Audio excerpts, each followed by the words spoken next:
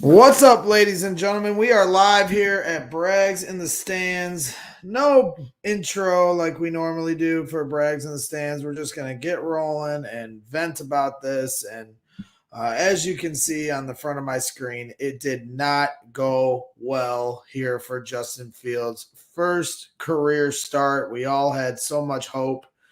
And just same old shit, different Bears. It's doesn't matter who the coach is, who the quarterback is. My entire life, this has been what this team is. And yes, it's his first start, and there's a long way to go in his career. But the questions of the rest of this team go much further than the quarterback. And you can see it right here in the stat that you see in front of you. You've got 45 rushing yards and 1 passing yard, the fewest by Chicago in a game since 1981. The Bears continue to set records in an embarrassing way offensively. Just when you think that this team can't get any worse with some of the bad records that they've set, they go and top it again in the first career start for Justin Fields, and not something any of us really anticipated. Yes, some people I think thought that they would lose this game. I picked the Bears to win, but that obviously wasn't the case. I don't think anybody foresaw 1 passing yard, especially after last week when you saw, them move the ball and few drop touchdowns. You're like, oh, just a little tweak here and there, and this team could really have something. They're catching the Browns on a good week. That was not the case, to say the least. Embarrassing blowout in Cleveland. I damn near drove all the way out there for this game, and thank God I didn't. Had a nice time with my good friends at a wedding yesterday, and the weekend gets ruined on Sunday with the Chicago Bears getting plummeted. So I'm sharing the show along here on all the social media platforms. We've got some special guests here coming on, and we're just going to get this thing rolling. We're going to vent. And for those of you that want to join or vent your frustrations in the chat, feel free to do so. But it was a embarrassment of a day. A lot of fired up fans in the chat. We got Tracy, really disappointed. Chubb's already on the fire Nagy train, and you're going to hear those voices echoed even louder next week as the Bears take on the Lions on the lakefront, and just not good. Jason, woke up at 2:45 in the morning for that joke of a performance. I don't know if he lives overseas or if he went to the game and was tailgating for that thing, but tough state of affairs. Heidi needs some therapy, and that's exactly what we're going to do here today. It's a therapy session for Bears fans because we need it after that one. It's just pathetic how the Bears can continue to set terrible records year after year and top the ineptitude on offense. And you just saw it with Justin Fields running for his life. And I'm going to get into some of this stuff because I got some real gripes. For me, it's very frustrating to see, some of these same problems that, I was told last year that I was a truther for, as I turn my camera on here, I was told I was a truther for making excuses for one Mitchell Trubisky. And I hate to bring up Mitchell Trubisky, but I just couldn't help but think about, how he's probably sitting back on the bench for the Bills right now, laughing, watching this all take place because, he got the majority of the blame for the offensive ineptitude over the last couple years. And I hate to drudge it back up, but it just, as what people, like Chris Black wanted to, mark me as the king truther. I can't help but bring this stuff up because it got Justin Fields is a premier talent from Ohio State, played in national championships, and I get it's his first game, so you got some kinks to work out. But to not be able to move the offense at all, to see him running for his life, to make it look like where this guy who's, like I said, outplayed Trevor Lawrence on the biggest stage in college, been a premier quarterback since he was in high school, he looked like he was rushing his reads. He couldn't run out of the pocket, running for his life. It's just, for me, it's the same old Nagy offense, different day. And I was told, hey, as soon as Nagy gets a quarterback that can actually read an offense, this team's going to be all right. And that isn't the case anymore. I'm sorry. Those excuses are now gone. He has a premier quarterback in here. I get it's his first start. But to look as pitiful as they did today is unacceptable in the highest regard. And I have no hope for this to get better over the next few weeks. They play the Lions next week. It seems like every time the Chicago Bears are in the bottomless pit, the Lions come to town and they make us, feel better with the facade of getting a win against the hapless Lions, who I'm sure are losing to the Ravens, even though I think they gave them a pretty decent game today. But, like I said, and I'm going to talk about it with Samir and Steven Nageshi, who was on last week or 2 weeks ago. I'm losing track of my weeks. And Samir from Bears Bonanza is going to come on, a good friend, and I know he's going to be busting my balls for bringing up Mitch again. But I just, as Tracy puts it out here in the chat, he's got to be laughing his ass all the way from Buffalo watching this because, well, I guess it wasn't all on Mitch. You saw on the sidelines, I saw a fan, and I was going to share the video on here, but, I didn't want to get clipped for any DMCA violations by using, a Fox broadcast feed on here. But Nick Foles and Andy Dalton were talking on the sidelines. A fan captured it and put it on Twitter, and they're whispering each other, and Dalton's covering his mouth while they're talking about it, but Foles isn't covering his mouth at all, and Foles is like, this offense just isn't working. He literally says that to Andy Dalton. And, any simpleton can tell you that just by the numbers and how it looked on the field. But, to see the players on the sidelines talking about it and just a disappointment across the board. I'm just searching for answers now. They got the big win last week. And you're like, all right, now Justin Fields, away we go. And it just, never that easy for Chicago Bears fans. So we're going to bring on, first and foremost, my guy, Samir, good friend, who may or may not go to the Nagy Boo Fest next week with me. As my guy Ron is going to take me to the Bears game. Maybe we'll all meet up and boo the hell out of Matt Nagy. But how are you doing to Samir? And what's your takeaway, your first feelings coming out the gate after watching that abysmal performance in Justin Fields' first start? That, the thing that makes it so disappointing is that I can't really even find any good thing to say about that game, where the Nagy was his, the zenith of Nagyism. He's just some terrible calls in the beginning, hyper conservative, never moving the pocket. But then just the execution on some basic plays. The Bears are all over the place. No separation from our receivers. No one's really helping this kid out. I'm not sure what Justin was looking at or not looking at. This is not a great secondary. Just really dejecting because on Twitter I keep seeing people trying to assign some blame, and the answer is all of the above. I mean, it's a bad coaching job, but it's not pretend that there's a lot of talent out there on the field for the Bears. So really, really disappointing loss, I think. But at some point, the buck has got to stop with Matt Nagy, doesn't it? Because, we've gone through the litany of excuses, and they started with Mitch, over these last couple of years, because this is the exact same offense now that we've seen for the last few years. Pitiful, can't move the ball. I mean, this is about as bad as it gets, even for the Foles 6-game losing streak. Today might have topped all those performances, but the common denominator is Matt Nagy. We can blame the quarterbacks. We can blame the offensive line. We can blame Charles Leno. We can blame the maligned wide receivers who don't want to be disciplined. But the whole umbrella is Matt Nagy. And then you'll have people that say, well, above that is Pace and McCaskey and Ted Phillips. So I don't know where to start with it. I don't know how to fix it. I don't know what to root for, because we all wanted the clean slate. Everybody fired at the end of last year. Now we're stuck with Matt Nagy mentoring Justin Fields, who we all think can be a great quarterback in this league.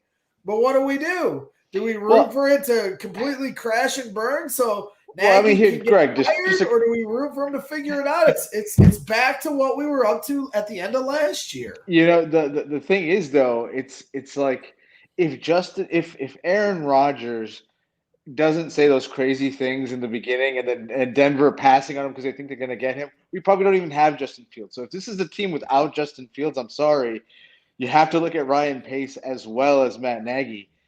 Listen, I'm there with you. Last year, I said let's fire both of these guys. Nothing for me has changed. They have continued to do some strange, let's call it decision making, both in terms of free agency and in terms of how they're approached the quarterback.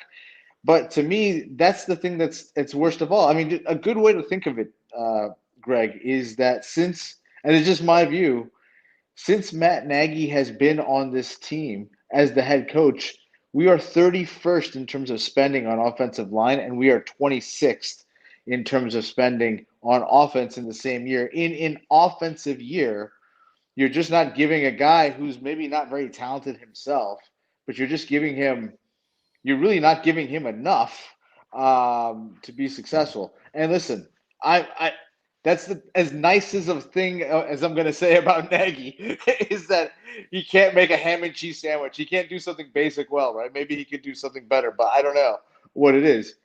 He's got to But to be go. that bad, I mean, That was terrible. other teams have terrible. deficiencies on the line or lack of talent at skill position. 1 pass yard, 45 rush yards. Only the Chicago Bears can do this kind of crap. These other teams in the league, I got 5 TVs set up in my den right outside my door. Yeah. I don't care how pitiful the Houston Texans are. They're moving the ball. We can't even get across the 50-yard line without a Hail Mary pass interference call. This is Stone Age football. How do we get out of this trap?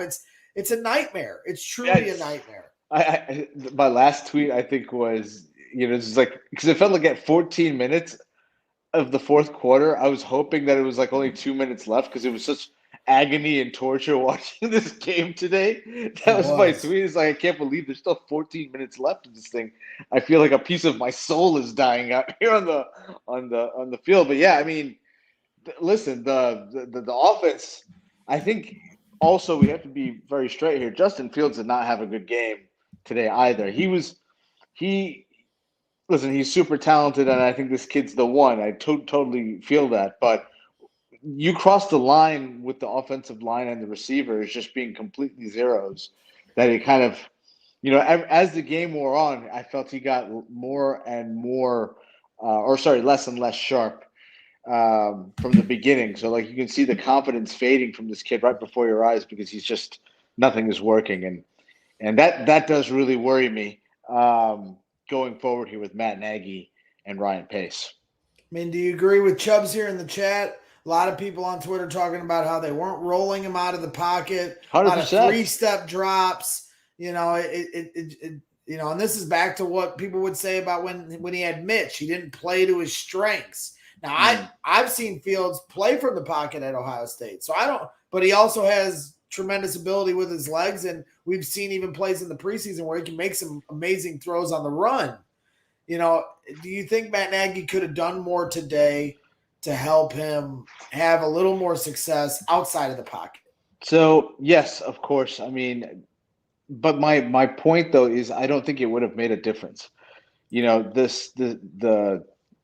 There's reasons why you can't live on just running out of the pocket, but I guess the argument that's not what Chubbs means. He probably means maybe try at least running one time out of the pocket. Probably something like that. And he would be right. I think fine, but in the end, it wouldn't have made much of a difference. I mean, because when we had that play in the first quarter, I think it was the first run play with David Montgomery, they're trying to do a simple pull pin action, and you just expect Cole Kmet to be able to block a defensive back, and if he can't do that in space, I don't know what play calls are working here. Again, right, it sounds like I'm defending Nagy, but I really am not. I think he's terrible. He should go. But I think it's to exonerate the players. I don't want I don't want that to be the I impression agree. It's either. hard. You try to be fair across the board to it because, like on the first drive, they had the 3rd and short, and they did a pitch with David Montgomery where Jason Peters is supposed to come out, and Yeah, it's the same play. It's that and it pinch pull looks like play. Jason Peters is getting blown up, but really it's Allen Robinson not coming across, as Greg Olson pointed out on the telecast. He's not coming across and blocking his guy. He went to the second level too fast, and instead of blocking the first guy he's supposed to be assigned to. And the crazy thing about that is you have who are the 3 main blockers there? It's your biggest wide receiver, it's your biggest tight end, and it's your biggest offensive lineman, and all 3 of them out-leveraged their opponent, but they all lost their individual assignments. And that play, to me, it's just like, whether it's a good play call or a bad play call, who cares? But what are you doing there when that's what these guys are doing? But trust me, I think the thing that really drives me crazy though about Nagy is I don't understand what rhythm he's even trying to form. Where it's like Chubb said, maybe roll somebody out, or like on that 2nd and 20, we ran the ball. It's just like, are we giving up already? It's such a stupid, it's stuff like that just really drives me crazy. Other teams, they just chip off 12-yard pass, open it up, spread it out. Exactly. What are we doing there? Like, was it the first quarter? I think that happened, or the second quarter? It was early in the game. Yeah. But you're like, what the fuck? Are we just yielding? What are we doing here? This is crazy. And so, like a guy that I've had on this show before, B. Schultz, and he just had a little baby, so congratulations to him. He pointed out last year, as I had him on at the end of last season, how Bill Lazor did find balance and rhythm and play off of other plays to set the defense up. And you don't see that with Matt Nagy. You see in the chat from Tracy, strip him of his play, strip Nagy of his play calls again. You saw a lot of that on Twitter. Right. Go back to Bill Lazor. Do you think that is something Matt Nagy, if he can't get it going over the next couple of weeks, because he's not going to do it this week, but if he can't, if it's more the same over the next couple of weeks, is that something he should go to? And if he were to go to it and they found the same success yet again, isn't that just more of proof that Matt Nagy should be shown the door? I mean, Nagy's got to be real careful here, right? Because there was some goodwill formed with the drafting and the hope of Justin Fields. And I feel ever since that 2nd or 3rd week of practice, it became obvious that Justin Fields was the best quarterback there. And because these are open practices, people are like, hey, you know what?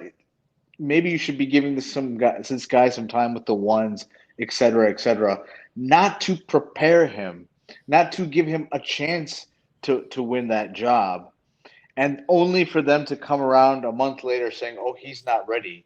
Well, he's only not ready because you didn't get him ready, because you couldn't see the basic reality of what you're supposed to do here. So it's that stuff that just makes me crazy about Nagy. And for me, if they don't turn things around, man, oh man, it's like you said, there's going to be a boo fest for. Now we agree we don't boo on players. I don't know what's your viewpoint on booing on coaches. I've never imagined I'd be booing a coach. I'll boo anybody. We're there though. We're there. I feel. Yeah, it's tough to give up this early in a season. Like people were calling me a Nagy truther because I merely suggested in the first half. I was like, let's see this is only a quarter and a half, and people are like, Nagy doesn't know what he's doing. He's done. And I've been trying to say that for 2 years, and people are like, oh, get off Mitch's nuts. And then a quarter and a half into Fields' career with Nagy, they're like, okay, now I'm convinced because there ain't no way Justin Fields sucks. So if he's sucking with them, now I know it's Matt Nagy. And it's like, eureka. But I'm sitting here like, it's only week 3. They just won last week, and they were still in the game at that moment. And you know how, it's the NFL. That's how it goes. The Browns only had 3 points for a large majority of the first half. That's the NFL. So I was trying to be fair to it. Like, hey, let's see how they make adjustments in the second half. And that's my dumb ass with my eternal optimistic hope, no matter who it is, whether it's suck-ass Trubisky or Nagy or whoever. But I just want to see a good product on the field so I can go to games on Sundays and be excited, not go on next Sunday and boo the hell out of Matt Nagy or chant fire Nagy like everyone's going to do. That's not what I go to the games for. I go to the games to get hyped. And it's so early in the season, and it's just so disappointing when we finally get what we all wanted, and that's Justin Fields getting the start. Last week, he showed some flashes. Allen Robinson dropped a breadbasket touchdown. I'm sitting there like, well, if they make a few tweaks, the Browns secondary isn't that good, as you alluded to earlier. And nope, it got worse. It got more than just worse. It got worse than anything we ever saw with Foles, anything we ever saw with Trubisky, anything we ever saw with Mike Glennon. 1 passing yard.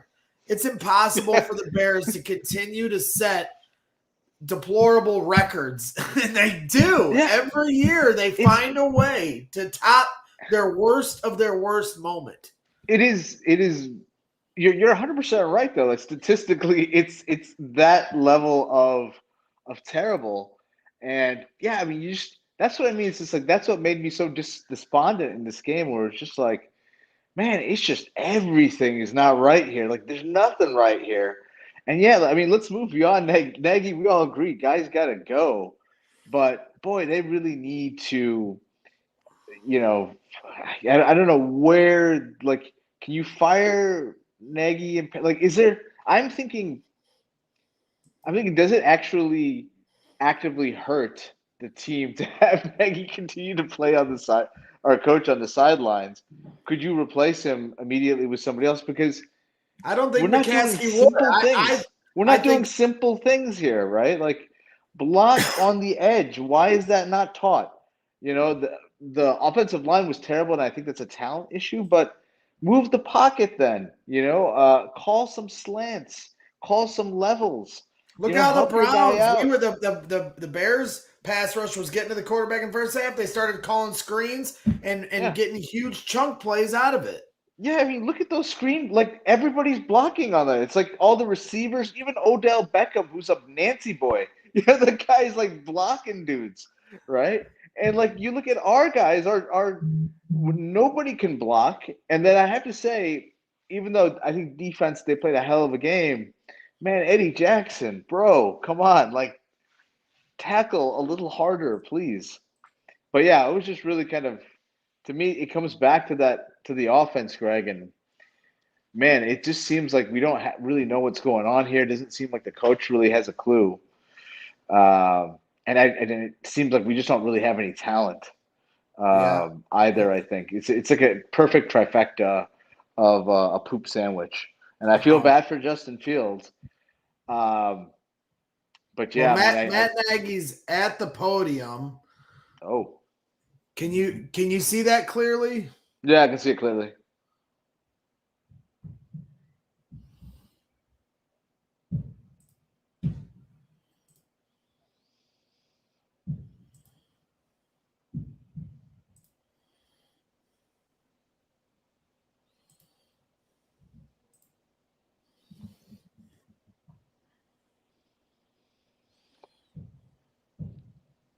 Well, can you hear him? Because I can't hear him. You can? No. I can. Nope. Oh, nope. Steve, what's up, buddy? Nope. Hi.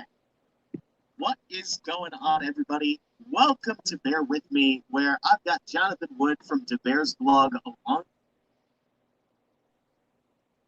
What's up, Greg? You guys can't hear it? Can the chat hear Matt Nagy? Fuck.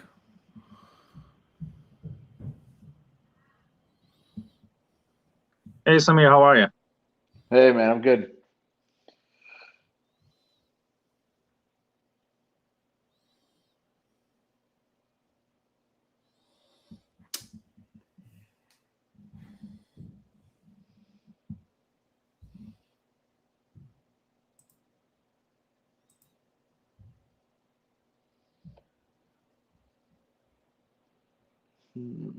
Uh-oh.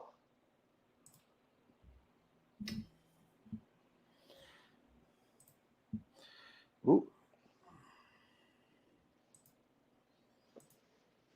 I don't know. If you guys couldn't read it, or couldn't hear it. I could hear it clearly, so I'm surprised you guys couldn't hear it. I apologize. I was trying to get this pulled up. Let me see what I can do here.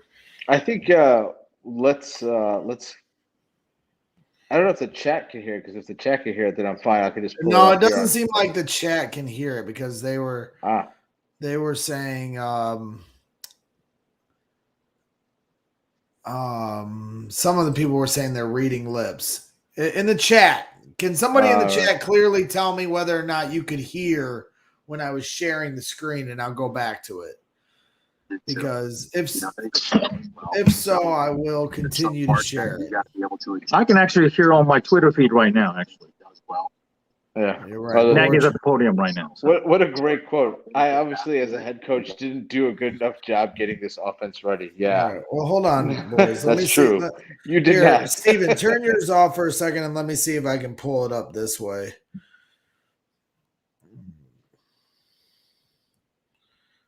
A team like today, they gave us an opportunity to be in there to win the game, and then we just didn't do enough. Now, when you saw how much heat Justin was taking, did the game plan allow for you to alter it right then and there, get him out of the pocket, get him away from harm's way, and give him a better chance to? Yeah, again, we know where we're at with that, and there's again things that they were not going to allow him to do. And without getting in the scheme, there's things that were going to be a little bit more difficult. And again, you got to give credit to those edge rushers that they got. They're long. I told you at the beginning of the week, they're like basketball players. They're long and fast and strong. And so getting to the edge sometimes isn't as easy as what you think, So now you got to be able to adjust to that. And that's where you got to be able to do, like you guys are saying too. You want to be able to help out with the tackles and do different things, but it's as simple as trying to do that too with the quick game as well. How do you make sure that this game doesn't damage his development? Yeah, that's watching the tape and seeing the whys. It's not going to damage his development because I know who he is and how he, like on the sideline, how he was. I think when he watches this and sees. Let's see as we go through it what the whys are, whether it's a protection or whether it's a timing element, right? Whether it's something in the run game, whatever it is, let's use this to try to help you get better and see where things are. And he's very coachable. He cares. And I think that he'll definitely do that. Now you talked about you wanted Justin to be comfortable when you were building the call sheet for the week and things he likes, things you guys like. Where was the disconnect maybe before the week leading up or just during the game? Which obviously, I know comfortable, but like he just seemed Yeah, no. Well, we go through. We always go through it at the end of the week, and you go through the plays and you're where you feel, but then you never know too, like how the game's going to go. And that's where, whether it's the run game, whether it's play actions, whether it's movements, whether it's screens, whether it's drop back, third down, where are you at and how are you protecting? All of that comes into play, and you got to be able to adjust to that and make adjustments. And this is his first time going through that. So I think for all of us, he's totally putting everything on Justin Fields and not taking enough personal accountability. You have 9 sacks. That's frustrating and that's difficult. But in the end, there's a learning process for him, and what he's going to get from us as coaches and what he's going to get from his teammates, including the quarterbacks, is positivity to help him. And again, like that starts with me. So we're going to there you go, Nagy. Right away. Took you freaking 18 sentences to. You got to say that first. Yeah, I think he might have dinged his hand up a little bit. I don't know a whole lot of the details, but yeah, I think he might have dinged it up a little bit.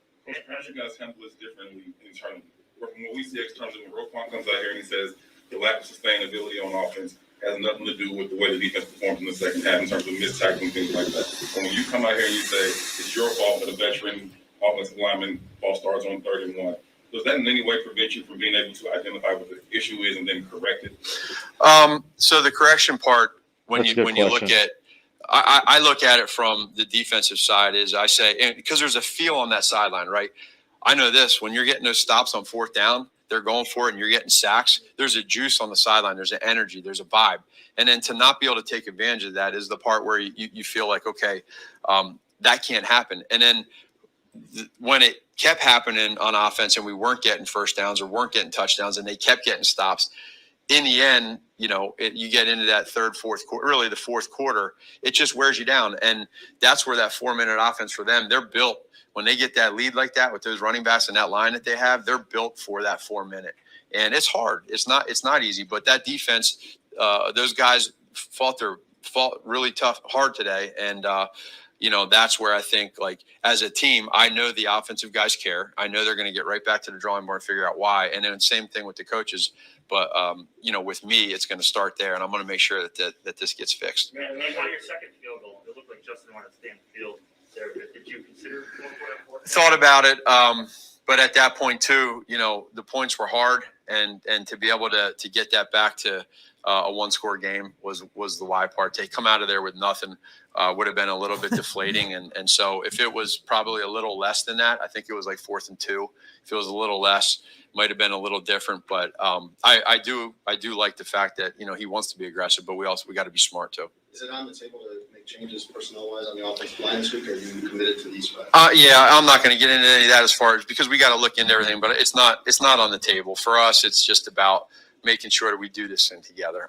Those guys, they care and they understand what's going on. And, they're going to hold themselves accountable. They'll see what that's all about. But for us, I'm going to be very anxious to get into that why and really just see for myself. The why. Yikes. Let's talk about the why, Greg. Off to where it's at with me. Did that wheel have to convince you guys to go back in? Getting a little internet issue here. The whys.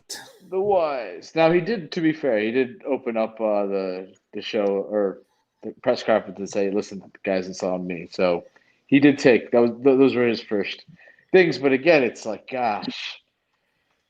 It's just this word salad of kind of nonsense and, finding the whys when you look at the tapes. First, First, now we're talking about the hows. Who cares? It's empty. His words are empty. We've heard that shit for the last 3 years. Oh, yeah. He doesn't learn anything from it. Look, Absolutely. he pretends that he's learning he's taking blame for himself and with his this one words it's hard and to shit, do with but these numbers, right, to where we're at offensively. So that's hollow. The that's competitor why. in you. That's right. If you saw some it gets frustrated, then but you could at the same deal point with in time, you don't I see think anything. that's probably one of my greatest strengths. Which makes me wonder, what is he teaching these guys? Get this thing fixed. That's why I asked earlier. We got to rebound back. I said, are we staying positive in a place where he's actively doing harm to the rest of the roster? Because there's a dishonesty to him, which I don't love, they don't do it for and themselves, the and that's where I'm going to come from this thing from, and understand that that we get to play another game next Sunday against a division opponent. We got 14 more actually. When we get back to the facility there at House Hall, get to the whys and then fix it and move on. Get to the whys. Again, I'm not. I have no idea get to the where all that whys. stuff's at. There's just too much stuff going on between. You'll be dead, though. So I'm not into that right now. We know the why. It's him. It's you, motherfucker. That was Matt Nagy at the podium. I'm sure Justin Fields is going to come to the podium here soon, and when he does, we will bring you that as best we can. I'm doing a little juggling act, getting the audio from a different spot, trying to show you some videos so you can kind of see his face as he's saying some of these things, because I do think that matters when you see the demeanor, of a guy when he comes to that podium. We used to break that down with old Mitchy Mitch. And, I guess one of my questions when I hear that, and, yes, he did take personal accountability at certain points, not fast enough if I was critiquing this, and I know we get into how and what they say in a post-game presser. At the end of the day, what matters is on the field. But, to me, I would have liked him to be a little faster to the personal accountability, constantly going to that he's a rookie and the whys, and the team is going to take accountability to this. And, Samir and Steven, as we bring Steven Nageshi on here from the Barroom Network, you guys, something I've been kind of poked and prodded at from a few people on Bears Twitter is my assessment of the locker room and the players on this team is they don't really respect Matt Nagy. Me and Samir have had some discussions in DMs about this, and I'm fairly up close to the team, and I've seen teams in the past at Bourbonnais that have respected a head coach like Lovie Smith and not respected a head coach like Mark Trestman, and I've seen it crumble. I mean, they all bought into Trestman at first, and then it slowly deteriorated. And I am of the belief, especially after last year and then leading into this year, that these guys don't respect him. And I saw, a video clip that someone shared on Twitter where Foles and Dalton are talking about how the offense doesn't work on the sidelines. It was caught on TV here today. I mean, it's a little bit of lip reading. Yeah, I did that. Professionalism, Ooh. no, I'm no lip reading expert, but that's what he said. And, to Foles me, and Dalton. my question, it's a long-winded question, and I'll start with you, Steven, since you're just joining us, and then Samir, you can take it from there. But the more he goes to the podium and talks about how, the players are going to take their accountability, Fields knows he needs to get better. Oh, and it's also on me to get them better too. At what point does the locker room start to wash their hands of this guy?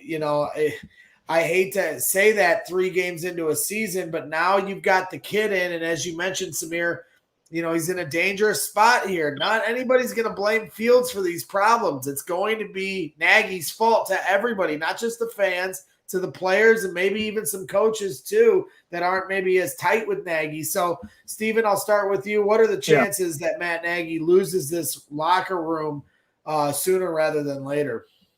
So I've been tweeting, all day today that I think today's game was that turning point of where Matt Nagy is going to really, really lose all of his credibility if he ever had one at that point.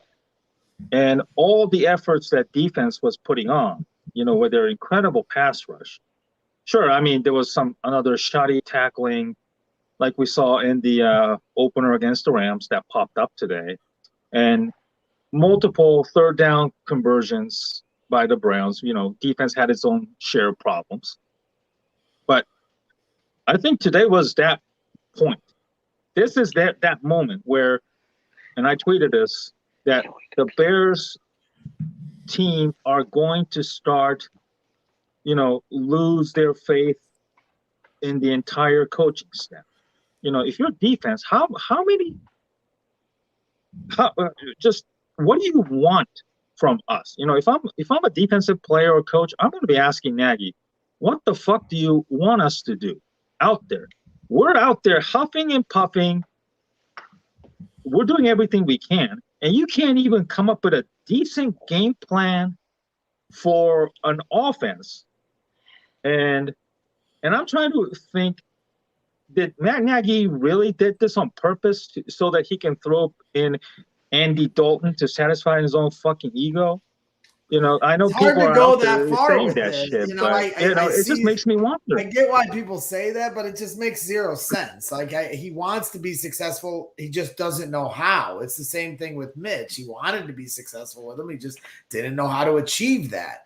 And, when Bill Lazor comes in and starts running bootlegs and floods and playing off of guys, but Nagy doesn't want to run his offense like that. Nagy wants to run his offense the way Kansas City runs his offense. And to me, it's a classic Mike Martz scenario where Jay Cutler once told him on a hot mic, tell Mike Martz, fuck you, because he kept running 7-step drops and Jay Cutler kept getting buried. And it was because, Martz is trying to run a St. Louis Rams offense without St. Louis Rams parts, and Matt Nagy tries to run a Kansas City offense without the Kansas City parts, and he doesn't know how to adjust because that was the only team he was ever a part of as a coach. Right. He wasn't on 5 different teams as a coach and learned different philosophies and learned how he only knows one way, and he doesn't know how to adjust. Samir, to go back to my original point, and I know we've had some back and forth, and you've had some pushback with me on it.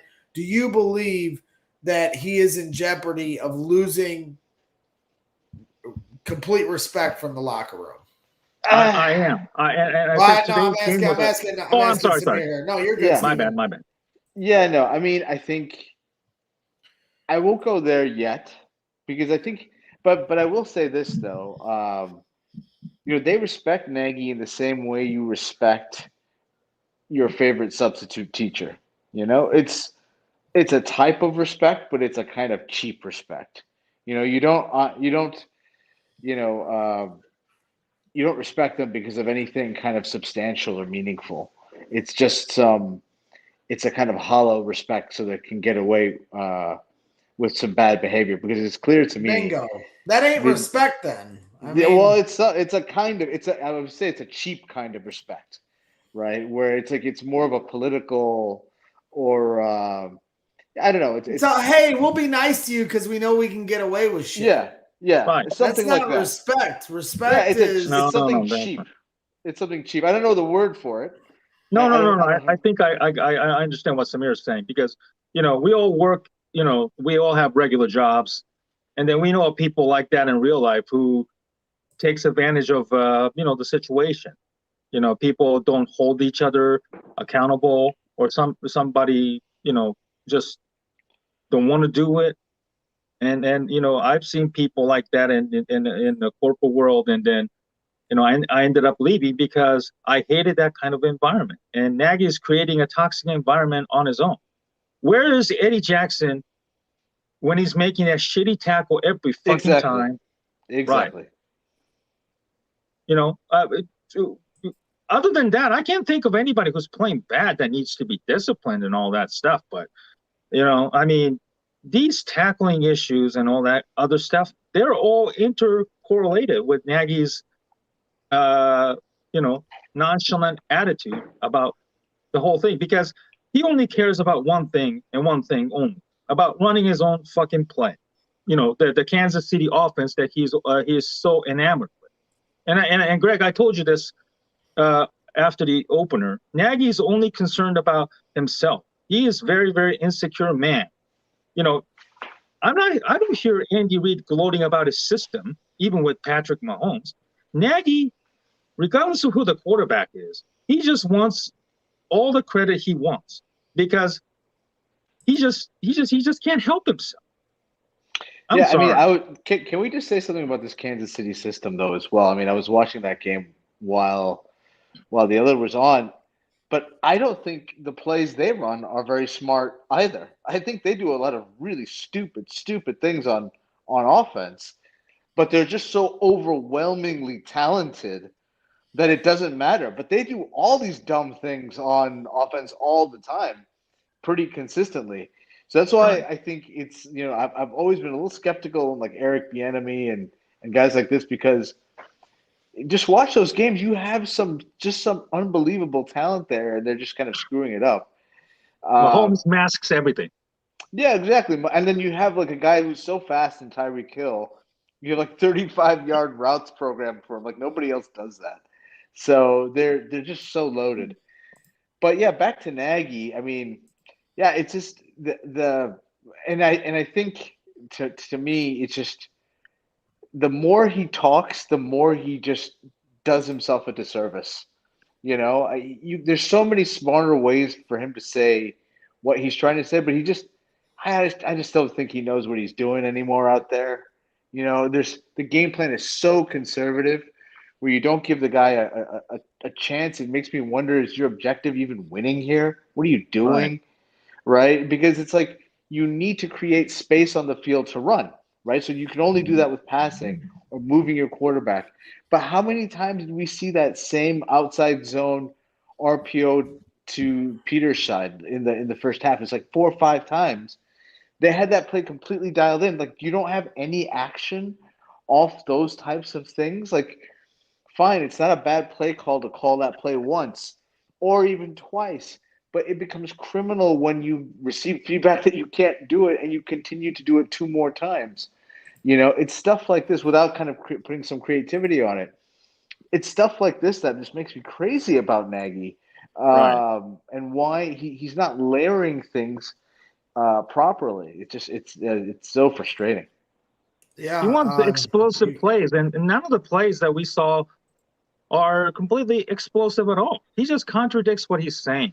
His words are hollow and empty, and we all know that now. After today's game, I'd be shocked if there are anybody who wants Nagy coaching the rest of the season and even beyond that at this point. But yeah, no. But do you think he's arrogant, or do you think he's stupid? Because I think he's actually stupid.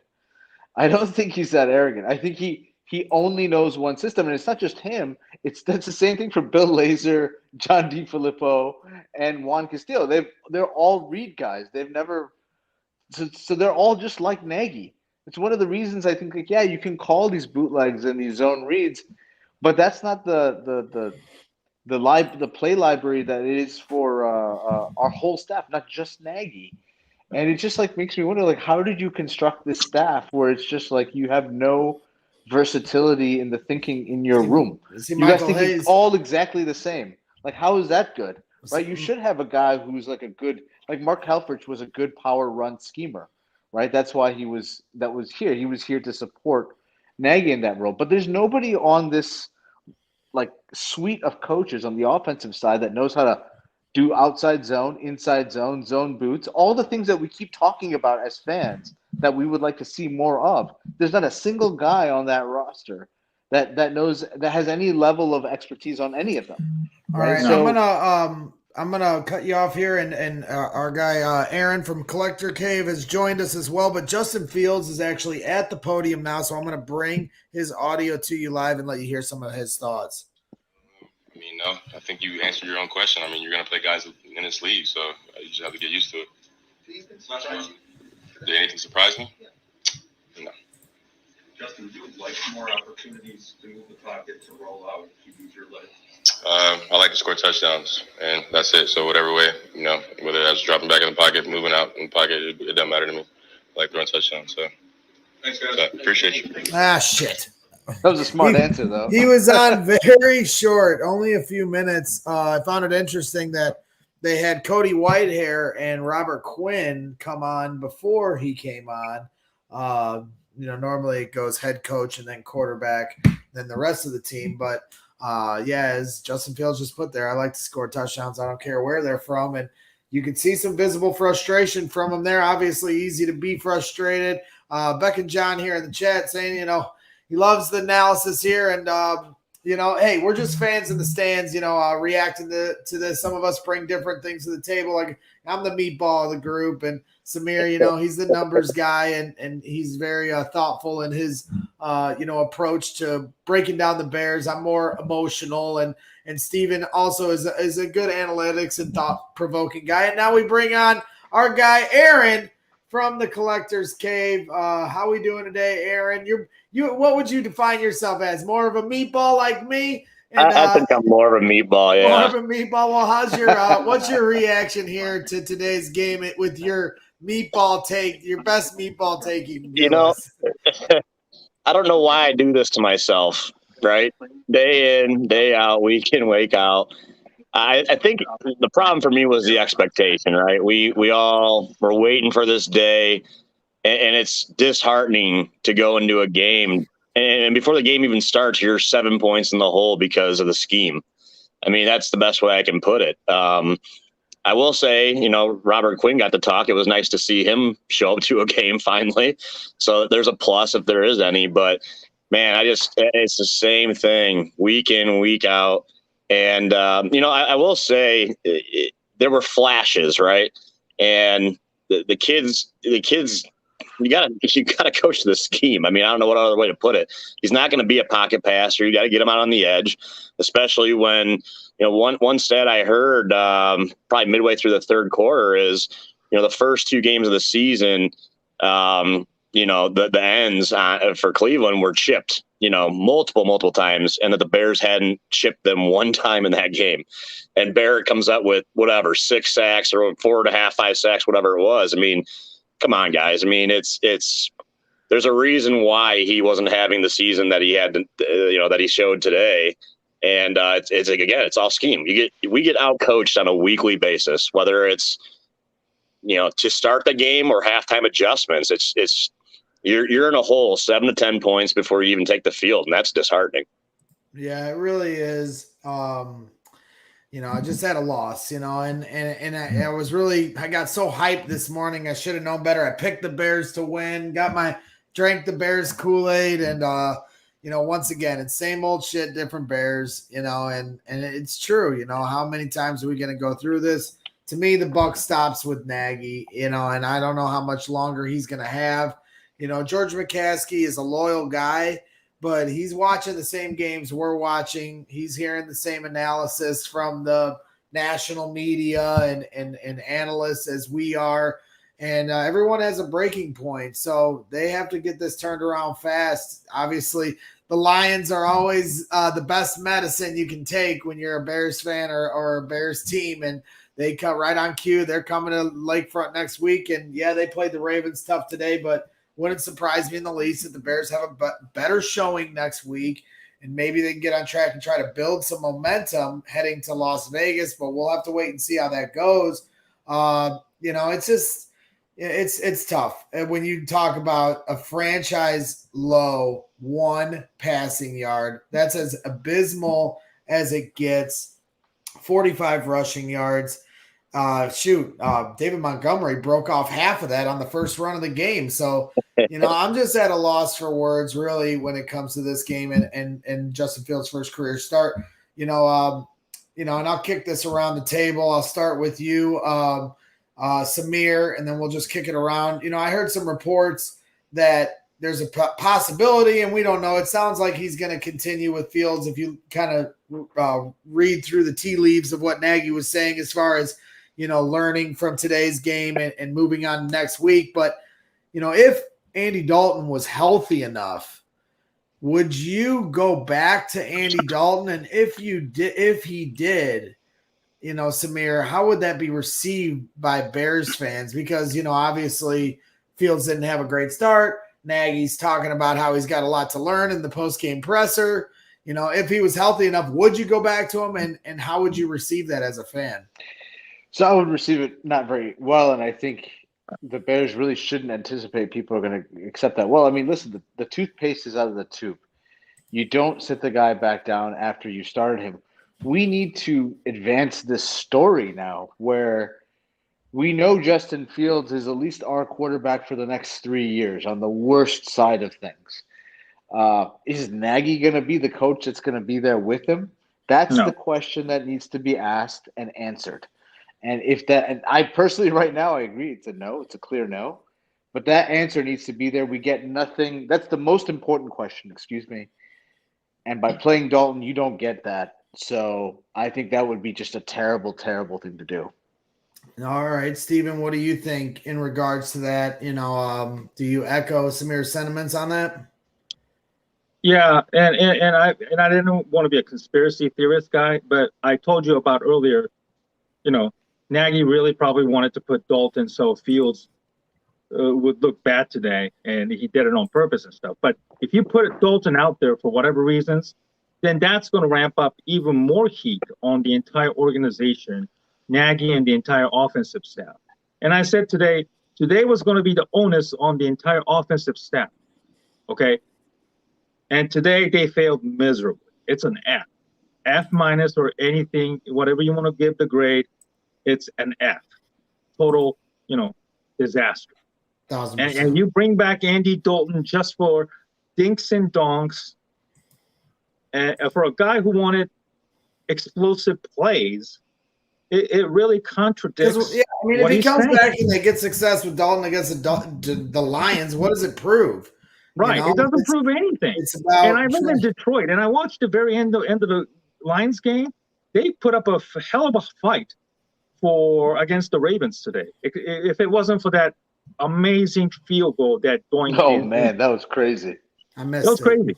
I want to hear, living up here on the local sports radio station, about how we're going to have a better shot at beating them Bears after a shit show today. And I know I'll guarantee I'm going to hear about that all week. If you can put up a fight against the Ravens and Lamar Jackson, I definitely think the Lions are going to give a real hell of a fight against the Bears. I know the Bears have had the Lions numbers in the last few years, but this is no gimme. This game could really next week's game could be like a real tipping point.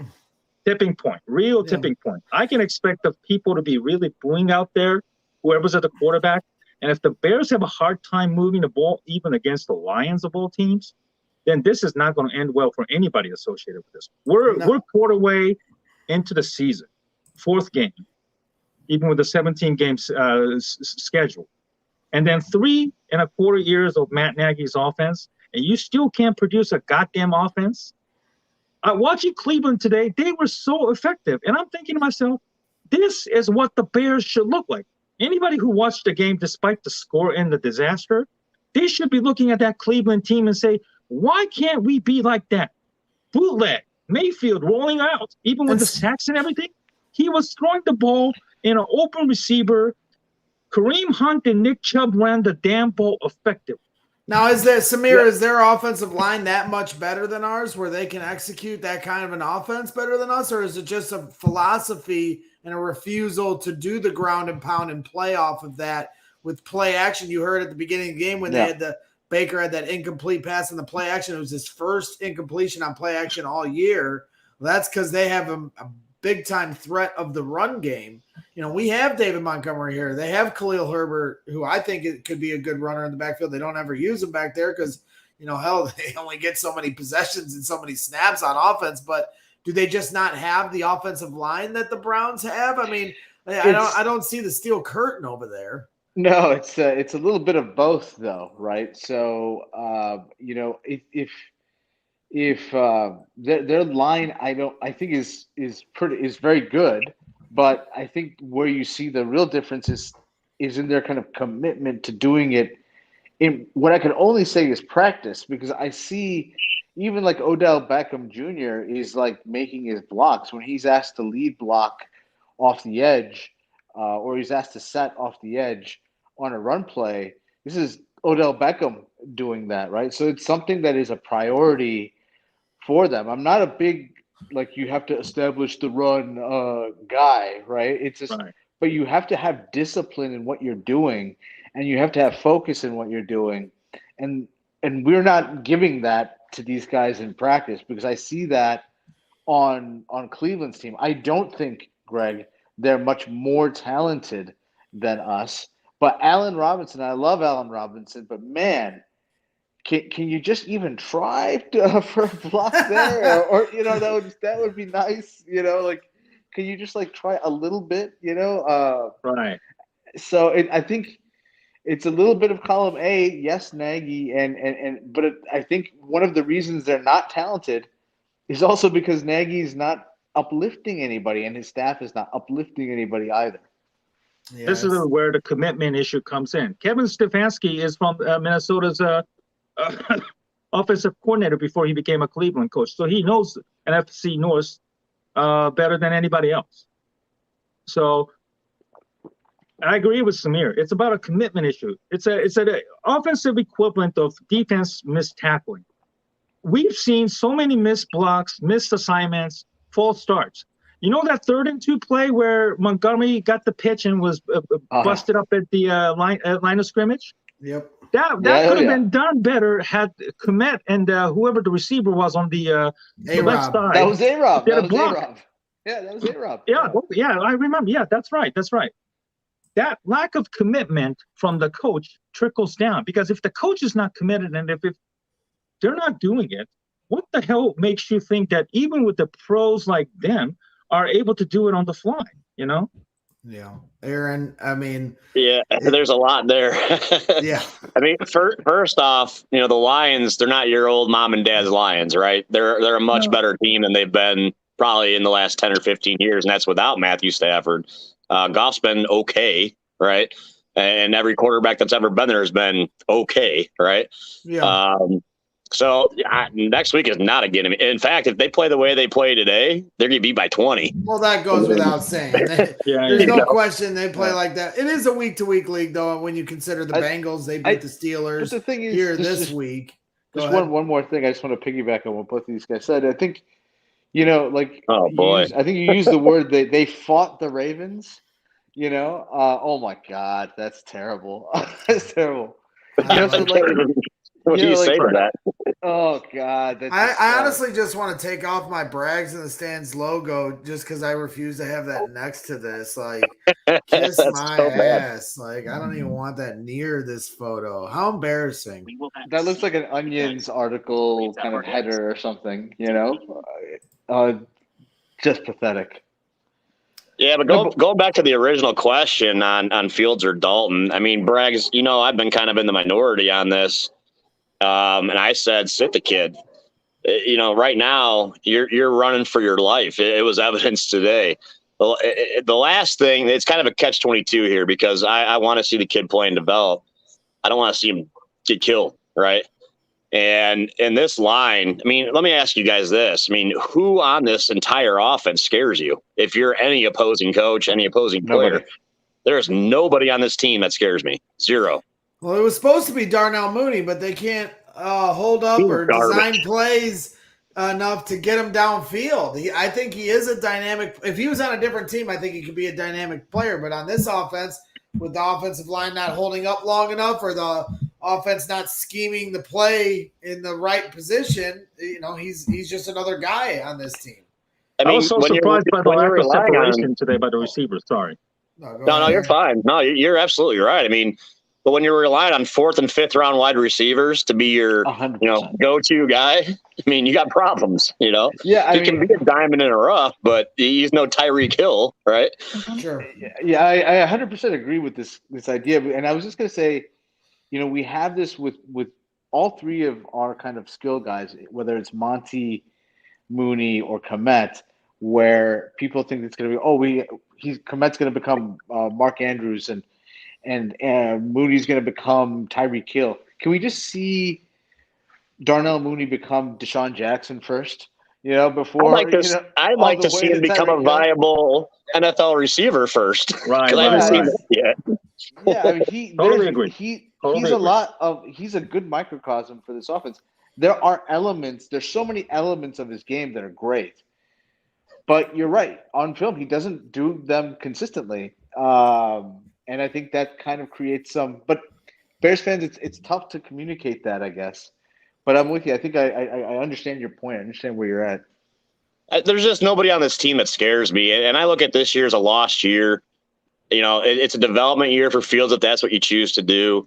And that's fine, right? And maybe it saves Nagy's job because it's his first year with Fields and all. And I'm sure that's in his mind too, right? If you start Dalton, you're guaranteed another year.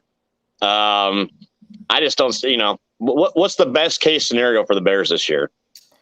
Well, I have much higher hopes than the normal fan. So, silly me, but I thought if they had given Fields the proper amount of first-team reps at camp, they could string off some early season wins, build some momentum. If last year's Bears team can sneak in the back door of the playoffs with an extra team making it in each conference, then, to me, with Eddie Goldman returning, who now hasn't played for 3 games, and Justin Fields, who's a better quarterback theoretically than Mitch Trubisky.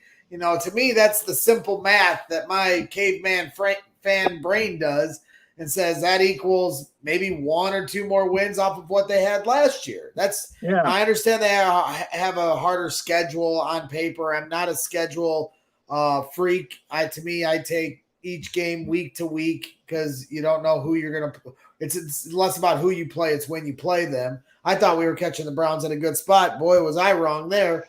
But, it just it's a week-to-week league here in the NFL. And so, to me, I don't like having to give up on the season this early. And to me, either way, if you're competing for a playoff spot, you play Fields because he gives you the best chance to win. Even if you're not playing for a playoff spot, and if it is what you're saying, Aaron, and it's a developmental year, then you play Fields because Andy Dalton's not the future of your franchise, and you got to figure out what this kid is.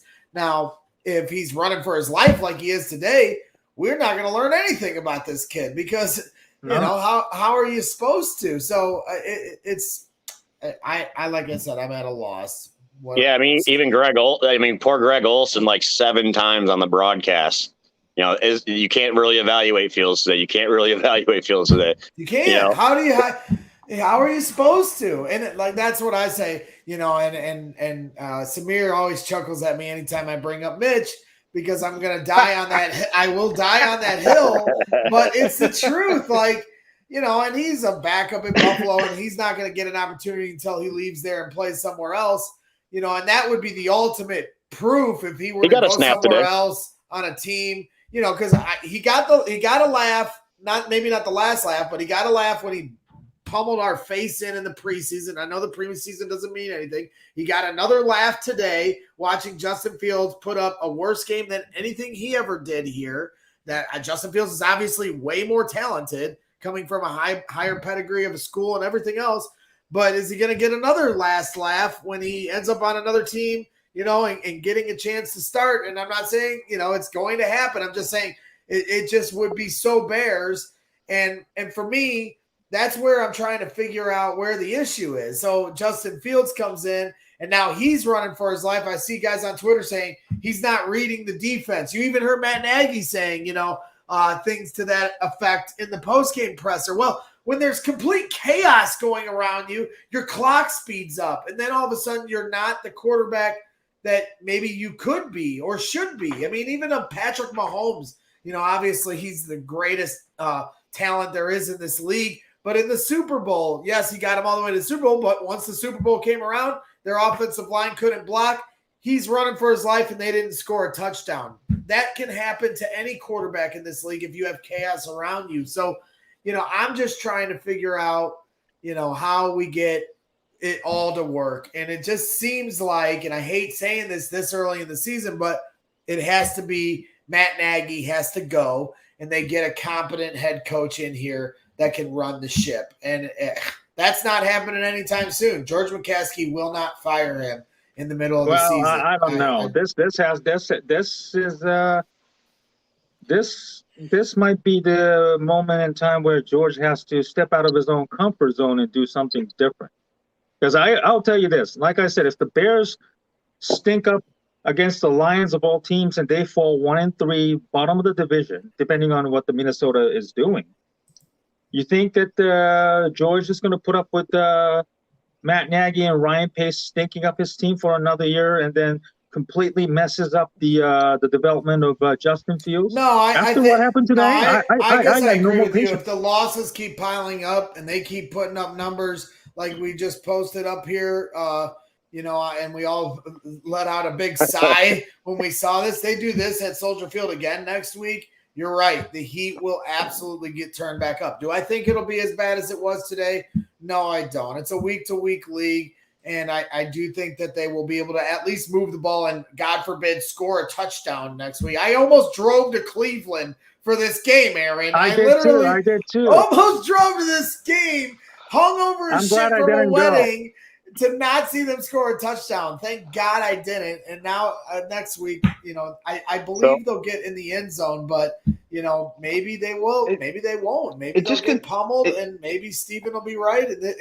And to me, the final straw would be, if he were to get fired in the regular season, is if the locker room turned on him, which is hard to visibly tell unless they start running to the media and saying these things. But that would be the straw that could break the camel's back. He's a player's coach, right? They all like him. He's a good guy. He's nice, right? He's just not an NFL coach.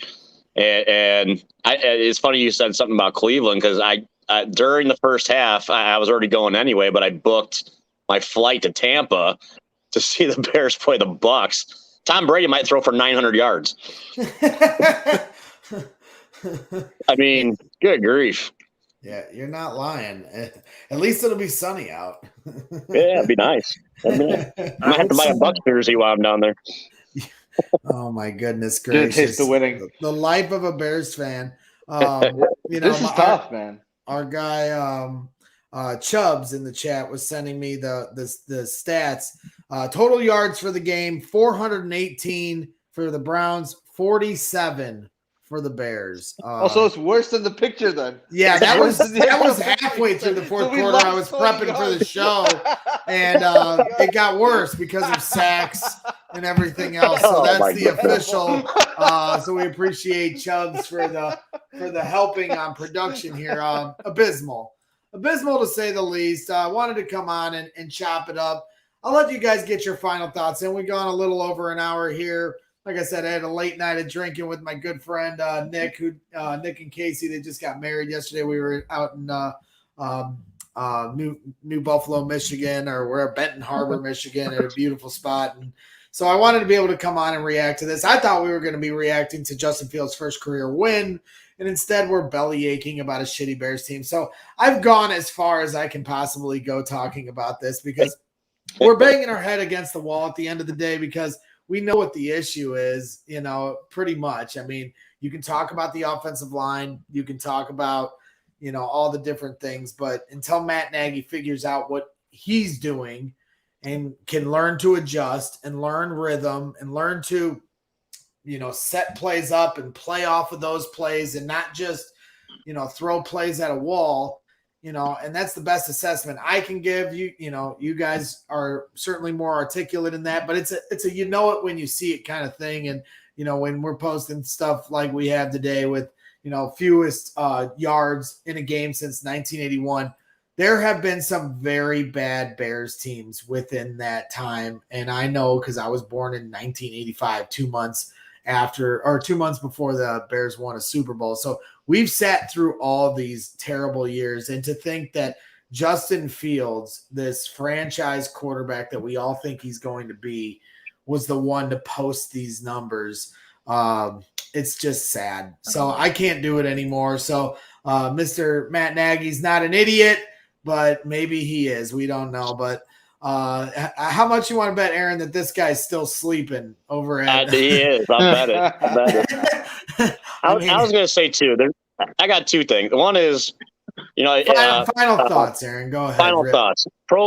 Pro Football Focus. The last 2 weeks, Cleveland's offensive line has been top 3. So the one kind of silver lining I'd take from this is that we got to the quarterback finally. Yep. Our defense was on the field for 93% of the game, so some of that fault is not theirs, right? But it wasn't a terrible effort. Eddie Jackson, that's a different story, but it is what it is. And then, for me, I just want to see the kid do well, right? Remember, Troy Aikman had a really crappy start to his career. So did Peyton Manning, right? So take it with a grain of salt. Hopefully, we're all going to wake up tomorrow and it's a new week, right?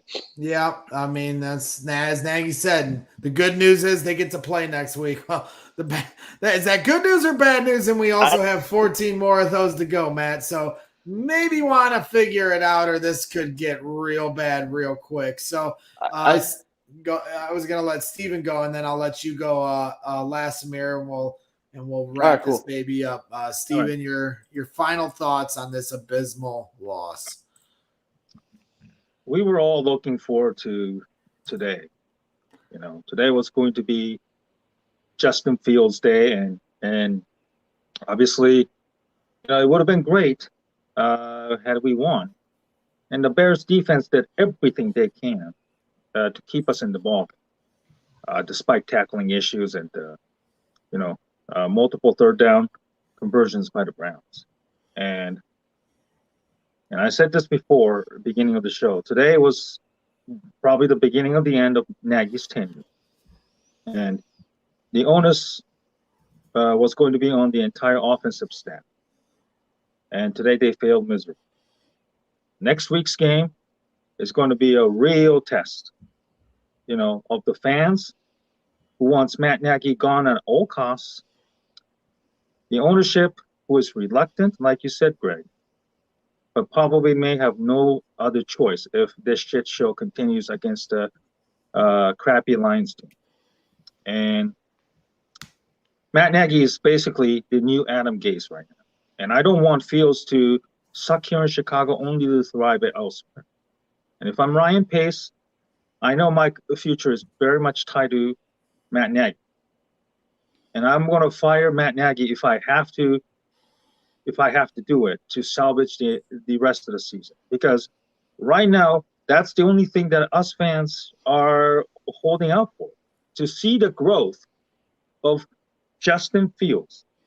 And if a head coach, for whatever reason, isn't invested or interested in doing what is necessary and making him just drop back so many times, despite the poor offensive effort, and not helping Jason Peters out at any moment during the game, that is a criminal injustice to Justin Fields. And it wouldn't take long before Fields people around him start leaking information that Fields is unhappy with the Bears and Matt Nagy. And then that Fields is going to start demanding a trade or something like that at the end of the year. This is probably the only way that the Bears probably wise up. And it wouldn't surprise me if we start hearing shit like that. And then we have to go through this another quarterback carousel again when we finally found the guy that was going to elevate this team. And instead, Matt Nagy is dragging us down. And I'm not going to put up with that anymore.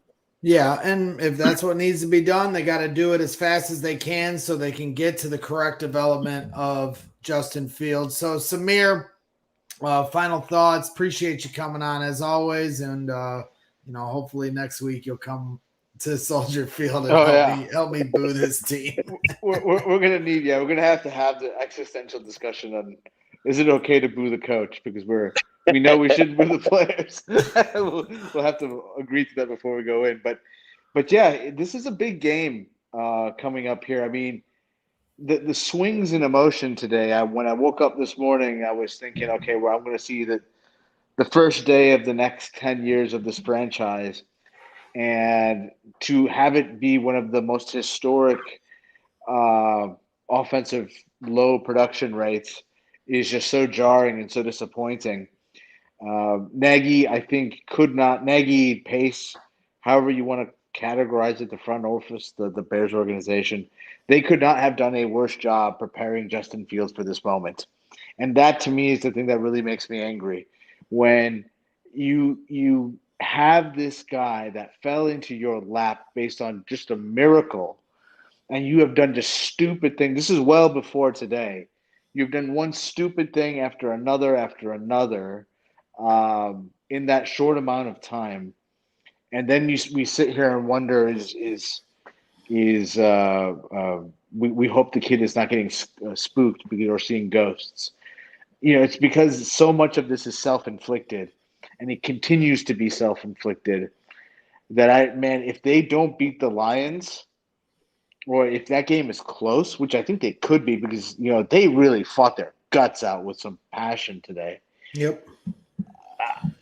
That's going to be something bad. We're going to have a very different conversation next week than I think, in terms of I think Nagy won't get to the bye week if we lose to the Lions, because the Raiders are pretty good after that. Then we have that horrible stretch. So it's going to be tough. It's always painful but interesting, I guess, gentlemen. Yeah, never a dull moment. And to the point, again, to really hammer home this fear of mine that, this team doesn't respect Matt Nagy like they should. A true head coach gets respect the way a Lovie Smith got respect. Wasn't a perfect head coach, but he had the respect of every player in that locker room. I know that because I saw it firsthand. And I saw the way the respect deteriorated for Mark Trestman. So I got to see the polar opposite of that respect in regards to Mark Trestman. Now, to add to the, Marquise Goodwin calling out Matt Nagy in the post game in the pressers. Bill Lazor not really choosing his words wisely in the presser. Nick Foles over time and again calling out Matt Nagy, whether it's through the media or leaking it through the media or seeing stuff on the sidelines to Matt Nagy that we all pick up on. Now Jimmy Graham adds to that list. It's being shown that Jimmy Graham retweeted that the Bears averaged 1.1 yards per play versus the Browns, the second fewest by any team in a game this century. Jimmy Graham, your starting tight end, retweeted that. So these guys at some point are going to say enough's enough. You are the problem, Matt Nagy. And that is what I believe we're going to start seeing. I hate saying it. I want the Bears just to be good. So I just want to go and hype up this team. But the more these kind of games happen, the worse the division is going to get. Nobody's going to be blaming anything on Justin Fields anytime soon. He's going to have a few years to learn how to become a great quarterback before anybody in this city starts turning on him. So now the onus is on him. Another thing before we get out of here, I did want to shout out my guy Aaron and Mike over at the Collectors Cave. They do a lot of great work. I'll take down this banner about the Bears getting embarrassed. And, make sure you visit www.thecollectorscave.com for all your sports memorabilia needs. And keep an eye out for some of their public autograph signings and meet and greets that they have coming up. Just announced that Thomas Jones is on the docket. Aaron, do you want to quickly tell them the date and location and what to look for that?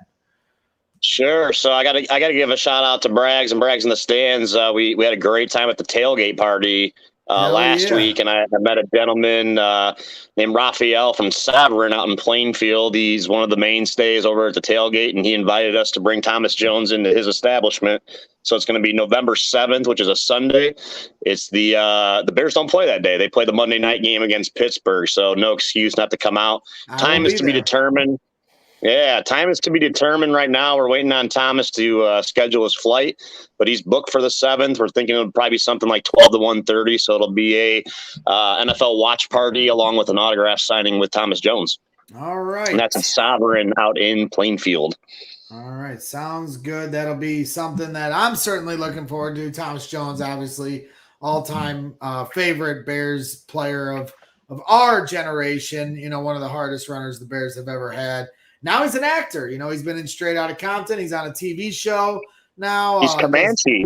He's Comanche and Luke Cage. Yeah. He's doing it all. There's a lot of people now that know him more for his acting prowess than his football prowess. But here in Chicago, we'll never forget what he brought to the Chicago Bears. And, of course, that Super Bowl 2016 when they brought home the NFC Championship and hoisted the Hallis Trophy at Soldier Field as the snow was coming down on him. So looking forward to that signing for sure. And I also want to give Collector Cave a shout out because last week, David Kaplan and Darren from Bernie's Book Bank, we all went on a 25-mile walk for 10 hours through the city of Chicago, which we'll be breaking down here in the coming weeks here, maybe for Bears Packers, because Darren from Bernie's Book Bank, the CEO of Bernie's Book Bank, is a diehard Packer fan. So we'll probably bring him on that week and talk a little bit about the walk and the charitable, efforts that we put in for Bernie's Book Bank, which helps support underprivileged kids in the area. But we still have a giveaway that you have an opportunity to win. So I'm going to play that video very quickly before we get out of here so you can understand how you can go ahead and win it, unless I don't have it in here. I don't. I'm sorry. So basically what it is, I thought I had a video for – oh, I do. So here's the video explaining how you can win some signed jerseys from the Collector's Cave. They were gracious enough to donate those. So here it is. Hey, what's up, everybody? It's your boy Braggs from Braggs in the Stands, and I got a special announcement to make. A week from tomorrow, we are having the second annual Walk as One Chicago with my guys Darren Utenek from Bernie's Book Bank and, of course, David Kaplan from ESPN 1000. Last year, they raised almost $100,000 to help provide books and resources for underprivileged kids in the Chicagoland area. That's what Bernie's Book Bank specializes in. So this year, we're trying to hit that $100,000 mark again. And, I'm trying to do everything I can to help. So what we're going to do is another jersey giveaway. But this time, we have 3 Hall of Fame jerseys, signed jerseys to give away. And I don't have them on me, but you're just going to have to trust me. We have the Jimbo Covert, recently inducted into the Hall of Fame, Mike Ditka, the coach, and then, of course, Dan Hampton, the Danimal. So 3 Hall of Fame Chicago Bears signed jerseys to give away, and I'm happy to give them away. And all you have to do is donate $5 to a minimum of $5 to the Bernie's Book Bank. I'll provide the link below, and you can donate 20, you can donate 10, you can donate 100, but if you donate 5, you're entered into this drawing. So really excited. We walked 29 miles last year. We'll see if I can make it again this year. But it's a lot of fun, and I'm really honored to be a part of this with Darren and David Kaplan. So it's going to be a lot of fun. Make sure you get involved. Make sure you help, because this is all about helping the kids in the Chicagoland area provide the resources they need to get a better education, and no better cause than that than what Bernie's Book Bank does. So make sure you donate, and always bear down. So there it is from Bernie's Book Bank. Again, shout out to Aaron and Mike for donating those jerseys. Very nice of you guys. Here's what they look like. You got the signed Dan Hampton jersey, the signed Mike Ditka jersey, and then, of course, the signed recently Hall of Fame inducted Jimbo Covert jersey. So 3 different winners, 3 really special prizes. Really, really nice of you guys from the Collector's Cave. Make sure you guys visit them for all your sports memorabilia needs. So that wraps things up for today. Samir, Steven, Aaron, appreciate you coming in for this therapy session. You know, we do the best we can over here. We're just fans in the stands doing our best to cope with the beatdowns that we have to sustain, you know, year in and year out as Chicago Bears fans. And I think everybody in the chat can relate to it. So, it is what it is. We'll see what next week's brings. I will be in the stands with my guy, Ron. He was nice enough to invite me to the game. I'll be sitting first row near the south end zone. So some pretty nice seats. We'll see if I can actually stay in my seat, Samir. That's the key. But I hope you can join me as well, and maybe we'll get some tailgating in so we can drink some to soften the blow for when we go in the stadium. So that wraps things up for today. Go enjoy your football, everybody. This is Braggs in the Stands, and we're signing out. We'll see you later this week. Peace. Yeah. Wah, wah, wah, wah.